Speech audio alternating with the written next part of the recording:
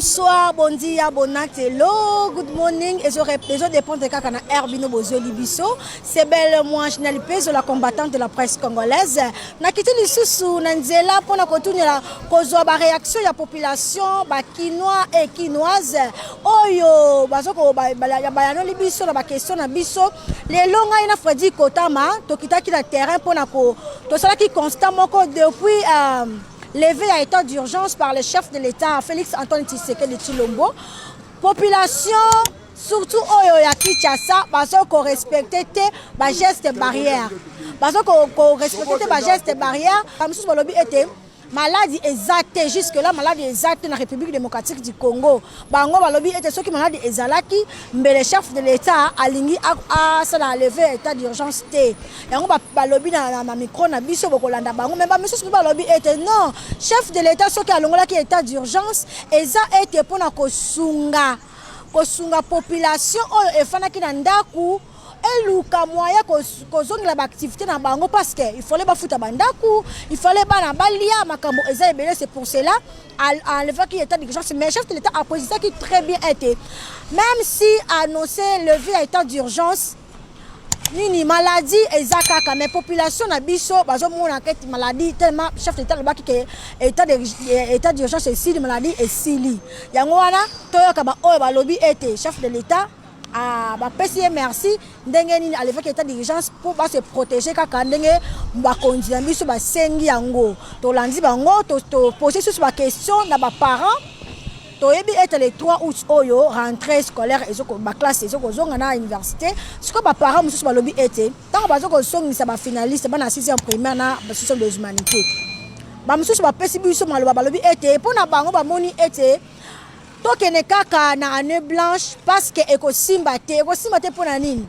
bana oyo bakotikala na bakotikala ndenge nini bamususu babnonso ekotaki bango bien te eloko ndenge bakosala na mukolo examen yango wana baparents mususu badestaki ete ministre ministre azongisa bana classe te donc UNICEF na UNESCO ba déclarer na bango ka année blanche apparemment mususu balobi non na Kinshasa ba frais ezalaka cher makasi bazui décision na malamu fallait bana basonga kaka classe bana batanga mais basala kaka ba moyenne ndenge nini tozo la kisabino na micro na biso ngana Freddy Kotama ndenge nini yango population et pesi to solo li pina ba corps médicaux ba pesi était faut respecter ba geste barrière parce que biso ba congolais surtout ba quinois tozo la ka ba toma ba musu ba lobi était non to mona kina même kila poto kuna ndenge nini yango ba o abela ki coronavirus bala kisa bango na bilili bango jusque là baso se kaka uka mona uka kwikila ba mona lolenge nini yango bato basoko kufa batana ba cercueil bandeko balandi bolanda bango na micro na biso de Aigle News télévision tolanda tomoni awana Kinshasa banda chef de l'État a annoncé qu'il fait un état d'urgence bato bazo respecter te nini ba geste barrière bato bazo ngeli vida nga bango vraiment nyonso yo moni yango ndeni est-ce que baba mususu balobi ete maladie ezalaki nango te bakosaki biso yo siko omoni yango ndenge nini. Bon, merci pour la question. Ngazoloba, talana ba politicien nanu. Chef de l'État a annoncé état d'urgence. Bango moko nanu ba konzio ba koki ko respecter nanu ba loi wana. Po balobi la loi est dit mais c'est la loi. Ateza mabe, maintenant balobi qui est respecté faut respecter. Ça n'est soda na front. Ou bien ba kanga mama na yo. Ayebi kaza mama na ye. Moi kanga ezate mais comme si mitindo yega kanga il faut kanga nanu après bakwa otala likamwa mama na sima siko tala la muka asali marche tala bato la muka a mobiliser ki wana bato wana tout est-ce que balataki ba masque IDPS asali marche ba o tout bazaki na marche à IDPS wana bazaki na ba masque OK FCC basali marche batu tout wana bazalaki na marche wana bazali na ba masque après tant ba manifestation na bango nyonso wana ba yebisa biso to o ya coronavirus o bazaki o bazwaki na ba o basali na marche wana ozomona ke bango moko bakonzi nde bazoko embrouiller situation yango wana biso population to linga tozokoka kotosa bango tozokoka kotosa mesure de barrière wana te donc faut bango moko nanu ba banda nanu liboso pour yo omoni ke Pour yo omoni que ba konzi bango moko ba homme politique ba tosi na bango mibe côté yango pe bino population boso boya na bino ko landango parce que bango ba l'exemple de exemple que malade des athées c'est pour ça baso sangana ebele na ba respecter ki na bango ba geste barrière té. Effectivement maman oza bana na ndako yozo bana boke nomela masanga te to 18h mutu nyonso na ndako mais yo maman opesi yo na maman okoti 20h lobi so okoti 20h bana bakoloba ah maman okoti 20h nga bima nga avant kota 20h nga 19h deya na kozanga pale bako respecter donc il faut nanu yebana nanu na likolo toza posa nde balider na biso wana balider politique na biso wana bango eloko ya liboso bawela nanu baintérêt na bango banini mais oyo bayebi ke malade eza na kati ya mboka baolinga kosala yango te tozomona kaka bakelke badepute bazokendaka na ba omoatika musi ministre ya santé eteni longono batikeleka charge wana ye moko kaka ye kaka mutu azokozwa na ye kaka charge azose soucie nango ke malade eza mais bamosusu bazozwala bango bazokokala bango koko eteni aza kose soucie nayo mais communication baza communiquer mabe même entrée ya coronavirus na mboka na biso nde bakommunikaki yango epesaki panique na population communication ifo ezala ekozala atali kamo eza grave mais il faut communiquer na ndenge moko ke bato bazala mo à l'aise bazala apaisé mais communiquer te na ndenge ke otya bulu yeke na kati ya mboka eteni azosala mwa musala mais tomona ye pena sur le terrain te même badepute tomona badon bozoloba toporte bakashine banini totala batelevizio bato bazopesaka badon ya bakashine ezokende wapi biso neti ngai na bimisi oyo nasombi oyo 1000 francs soki nde naza boye kotia nake na sokoli yango mais oyo bango badon oyo bazoyaka tozomona ba 1000 tonnes ya ezokende wapi baopesa oyo banani baka eteni na famille na ye na muyembe na famille na ye nde bazosalela yango to ndenge nini santé na muyembe bazopesa ba structure mosusu oyo eza ya santé donc bakopesaka bango eza te toyebi mboka na biso sikoyo le moment oyo bakomosala commerce ministre mosusu omona po asala commerce kala ntango bapesi bakashine oyo ye pa akei na mwa hôpital na ye moko asala wana atie wana akomi kotekela mpe bamaladi oyo bazobela omona mpe batekeli bango mpo base protéger bon eloko na kolobaka kete mboka na biso soki bazalaka na posa mpena balingaka mboka na biso oyo mpe bazozwa bamesure nyonso bazokabela bapopulation ata biloko akolia te mais kashine namoni na esika moko te baye na rond-point monene neti oyo ya wileri awa babandi kokabola bakashine pour protection de pas kabilo kashine yo moko okoyeba te ke non et tonto lo bato betala le sol eza le quoi yo ozoke dans tel na mwasi moko oyo yebi ete mwasi moko yebi ete vraiment oke ka kibuli ke approche non pas oke na na hôtel ya fo basomele gouvernement pas somele pour quatre ma parents non basomele non on a fait exemple parce que tout cache les gens pour là ta cache n'était pas le gouvernement pour la ministre o nani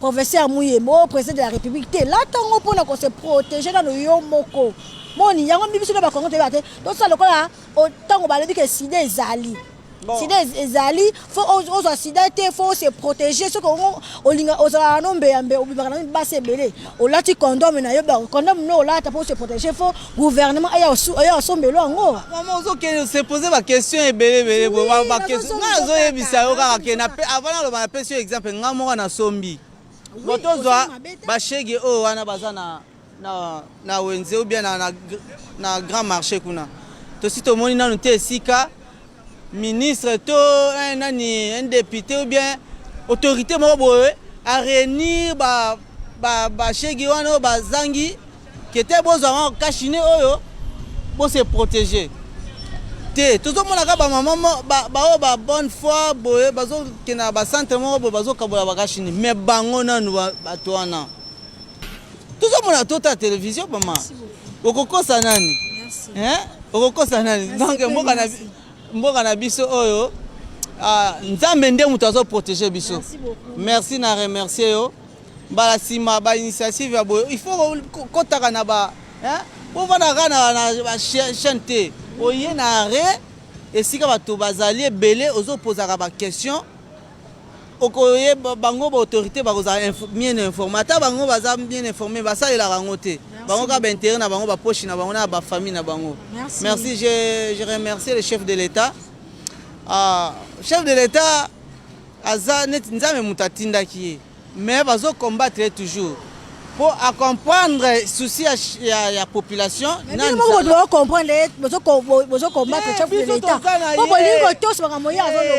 Baoyo basali bao baza na ye balobi mosapi moko elokotaka handika te. Donc il faut en a 5. Merci beaucoup. Bonjour, madame journaliste. Moi, je porte le cache-nez pour juste m'épargner à ne pas être arrêté et agacé par les policiers et les militaires. Et si on m'arrête, je n'ai pas cet argent pour payer cette amende. D'ailleurs, je ne travaille pas, je suis qu'un débrayeur et même en débrayant, je ne trouve pas assez de l'argent pour me procurer des... Mais je ne les porte pas pour la maladie. C'est ça. Et de deux, je dirais que ce message s'adressera juste à M. Mouyembe, qui est en train de gigambier notre temps pour rien, parce que cette maladie n'existe pas ici au Congo. Et lui est là juste pour gagner son argent. Même s'il nous confine aujourd'hui, lui sera heureux chez lui. Il mangerait et trouvera ses pains quotidiennes comme il faut. Et nous autres alors, tel que moi, je suis un motard. Et si les gens sont confinés à la maison, j'aurai de l'argent. Ils veulent en sorte que les Koulouna reviennent encore au Congo, à Kinshasa. Et l'insécurité qui règne dans la ville. Mais comment ça? Qu'ils laissent les gens tranquilles, qu'ils cherchent leur pain quotidien comme il faut. Et que si lui a besoin de l'argent, nous lui avons déjà laissé. Donc ce n'est pas nous, c'est le chef de l'État qui lui a octroyé cette opportunité d'être comme étant le membre de cette commission-là. Et en fait, chez moi, je trouve qu'il n'y a pas la maladie et ils sont en train de tourmenter les gens pour rien au moment où il n'y a absolument rien. Bon, madame, vous savez, tout part de la communication. C'est vrai, la maladie est là. Mais est-ce que cette population est bien informée par rapport à la maladie? Il y a des problèmes par rapport à la communication d'abord. Ça, c'est le premier problème, c'est la communication. La levée d'état d'urgence ne signifie pas que la maladie aussi a pris fin. Alors, c'est une manière de vivre qui fait que les gens pensent réellement qu'il n'y a plus de maladie. Pourquoi? Pour les Quinois aujourd'hui. Tout Quinois pense que comme on a levé l'état d'urgence, c'est fini, il n'y a plus de maladie. Alors que la maladie est réelle, la maladie tue. Mais ce que nous devons, nous, en tant que corps médical, conseiller à la population quinoise est de prendre des mesures et des gestes barrières. Des mesures et des gestes barrières. Pourquoi je dis ça? Parce que aussi longtemps nous allons vivre comme nous vivions dans le temps, nous allons nous contaminer et la maladie va tuer. Ce qui est plus important aujourd'hui, ce n'est pas la levée de l'état d'urgence, mais comment nous allons maintenant vivre pendant cette période post l'état d'urgence. Parce qu'on a bien communiqué, le président a bien dit, on a levé l'état d'urgence, mais est-ce que cela suffit? Cela ne suffit pas. Qu'est-ce qui a été comme mesure d'accompagnement par rapport à la population? Vous avez vu, quand on a annoncé par les chefs de l'État qu'il y a levé de l'état d'urgence, c'était une fête à Kinshasa. Tout le monde a dansé, tout le monde a crié, des boîtes se sont ouvertes. Pourquoi? Parce que les gens pensent que réellement qu'il n'y a plus de maladie, alors que la communication des chefs de l'État doit être suivie par des mesures strictes. Il y a des bourgmestres, il y a des commandants qui sont dans des communes. Chaque autorité doit maintenant jouer son rôle. Le président a fait sa part et maintenant c'est au gouverneur, au bourgmestre, aux commandants de ville de jouer leur rôle. Parce qu'aujourd'hui, le port de masque n'est plus obligatoire. Dans les taxis, nous montons à 6 ou à 4. Donc ce n'est plus ce que nous avons vécu il y a 2 ou 3 mois. Alors, pour moi, je peux dire, comme conseil que je donnerai à la population quinoise, c'est que la maladie est réelle. Nous devons prendre des mesures pour nous aider à ce que nous ne puissions pas retomber. Aujourd'hui, dans tous les pays du monde, partout où on a des confinés, partout où on a levé l'état d'urgence, ils sont tombés dans les mêmes erreurs. Il y a aujourd'hui le hausse ou la hausse de la maladie, ou il y a de nouveaux cas. Mais qu'est-ce que nous pouvons faire aujourd'hui? Si à Kinshasa réellement qu'il y a de nouveaux cas qui se présentent, ça sera plus grave. Parce qu'on ne sait plus gérer. Tout autour de moi, quand je regarde, il n'y a que 2 ou 3 personnes qui ont leur masque. Et par ailleurs, les masques ne sont plus le masque, le cache-nez, ce sont les masques de bras ou le masque de menton. Alors, qu'est-ce qu'il faut faire? Moi, je trouve que le chef de l'État a fait son rôle, il a joué son rôle en tant que le garant de la nation. Et maintenant, le pouvoir, chacun doit jouer son rôle dans les quartiers, dans l'avenue, les chefs de quartier, les chefs de communes, les chefs de riz, les commandants de police. Chacun de nous doit jouer son rôle. Le père de famille. On a annoncé les rentrées scolaires. Déjà pour ces 3 août, la rentrée scolaire. Pour quelle mesure? Quand je vois le communiqué du ministre, il dit chaque école doit se doter d'un point d'eau, du savon et puis des désinfectants. C'est bien bon de dire. Il y a des écoles où on ne sait même pas se payer un balai. Et ces écoles-là, comment ils vont fonctionner? Les écoles où nous allons amener nos enfants, ces enseignants-là, sont-ils testés? C'est bien bon de dire, amenons les enfants à l'école, sauvons l'année scolaire ou l'année académique. Mais nous sauvons cette année académique, pourquoi? Pour quel avantage dans la vie des enfants? Si aujourd'hui, il y a un seul enfant qui est contaminé, vous savez, être enfant ou avoir vécu avec les enfants, c'est un problème. Les enfants, même si on dit aux enfants de ne pas se toucher, ils vont se toucher. Mais on dit, on doit porter les masques, oui, et les mains là. Les enfants, non, pas seulement 6e primaire, même 2e, c'est haut. 3e, même en 6e des humanités. Ils ont des copines, ils ont des amis. Ça fait 3 mois qu'ils n'étaient pas ensemble, ou 3 mois qu'ils n'étaient pas ensemble. Alors, maintenant qu'ils seront ensemble, qu'est-ce qu'ils feront? Ils vont se serrer des mains. Et même nos salutations aujourd'hui, on se donne des coudes. Mais par où on tousse? C'est par le coude. C'est pas en éternuant. Les quelques gouttelettes qui tombent là, en saluant l'autre, je donne la maladie. Donc, il y a plusieurs manières de faire les choses. Moi, pour moi, si tout dépendait de moi, cette année scolaire devait être déclarée blanche pour sauver la vie des enfants. Nous pouvons... Vous savez, il y a aujourd'hui des écoles privées qui sont en train de souffrir. Les parents ont payé le Minerval, presque pour toute l'année. Et maintenant, vous allez dire aux parents de sauver les 2 mois ou 1 mois ici. C'est tout juste pour justifier les dépenses de frais académiques. Et moi, je comprends le ministre, parce que lui-même a une école ou a des écoles. Alors, à ce moment-là, il faut sauver des écoles. Et sauver parce que les parents ont déjà payé. Parce que je sais, c'est Vigné, c'est son école. Alors, ils ont déjà payé. Comme ils ont déjà payé, maintenant, pour éviter cette perte-là, on doit amener les enfants à l'école, les enfants doivent étudier. Non, ce n'est pas ça. S'il faut, moi, je peux dire, acceptons. Tous, nous acceptons les dangers qui est déjà là et nous perdons cette année pour que l'année prochaine, nous puissions bien focaliser l'attention. À ce moment-là, l'année prochaine sera salvatrice dans le sorte que tous ceux qui ont déjà payé leurs frais, l'année prochaine, on doit déduire ces frais-là dans les frais déjà payés. Merci. Problème est que biso tango kai ba na kitoko kai za moko o ko ka mi bale mi satu mine to zotala moko na moko ayi ko ba mezi o to ayi ko ba mezi bana lelo ba to tu bazala na banda ko ba bimate po malade za na mboka depuis malade za na mboka to mona ka bibe mete to ka ko ba nombre de morts ça combien nombre de décès ça combien to sali na ndako pendant 4 mois o to futa kuwa na mai te to mona ka ba facture ya kuwa na mai eye sikoyo mokonzi ayi ko fungola o a déconfiné mboka ko déconfiné mboka bi que tous les activités ezonga est-ce qu'il faut déjà bisote yete a déconfiné mboka bi que malade sidi nango siko bisote ko sa ndengeni talaka mai na kura to futa ngo est-ce que ita de déjà ngo ezala to ezala kité biso pour le moment peuple congolais to souffrir ne to souffrir boye to sengi na bango ba konza mboka ba lukila biso solution o que peuple congolais vivre bien surtout biso ba wewa bo komi ko so biso net ba nyama ba yuma zo bona wewa net.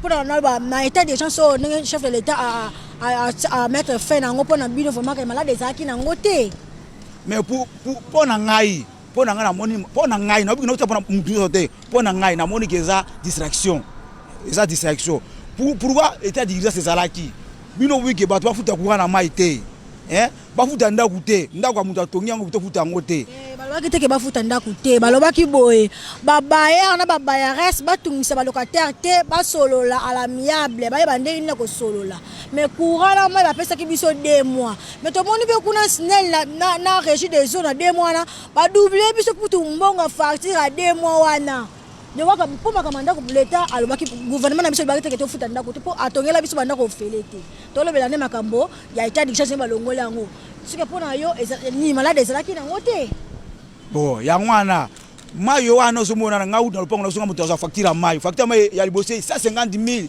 ya mi balé ça c'est 5 000 francs congolais ta degré nanu après wana makama malade oboe biso te bito ce que ça bandoni na ba sai po ba matrité biso peuple congolais nzamba sa likolo na sa soka biso akosise bango biso to na droit akosise mutute mais nzamba sa biso akosise bango j'aime que na se limiter wana. Vous voyez, le déconfinement ne veut pas dire que c'est fini le coronavirus. C'est ça les sérieux problèmes qu'il y a les Congolais. On est déconfiné, pour les autres, c'est fini avec le coronavirus et il y a 0 cas.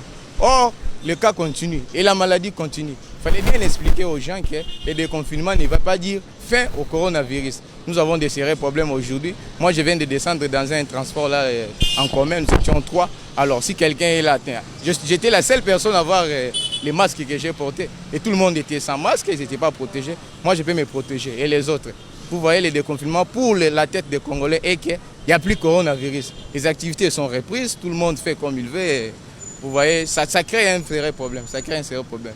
Il faut vraiment sensibiliser les gens, les dire, on a déconfiné, mais ça ne veut pas dire qu'il n'y a plus de coronavirus. Et c'est difficile aujourd'hui de dire à un Congolais qu'on a déconfiné, le coronavirus continue. Vous voyez, vous-même vous voyez la circulation, les gens qui descendent, ils n'ont plus de masques et tout ça. Ça crée un sérieux problème. Ça crée vraiment un sérieux problème. Parce que tout le temps, dans la télévision, dans la mboka pa ende bato bazo kufa. Bien sûr, pas na biso bazo la santé, mais malade ezali. Tambra na hôpital mona ke malade ezali. Hein? Malade ezali, faut ba yebake ba respecter makamba konsi bazolo ba tama na ba hôpital ba ke ko vérifier ba ndeko na biso bazo bela. Malade ezali, ngana bimi na ndako na ngabo na lati, nazo se protéger. Pa nazo mata na ba bis nazo tambola. Malade ezali, faut ba rolata ba masque na bongo ba tambola.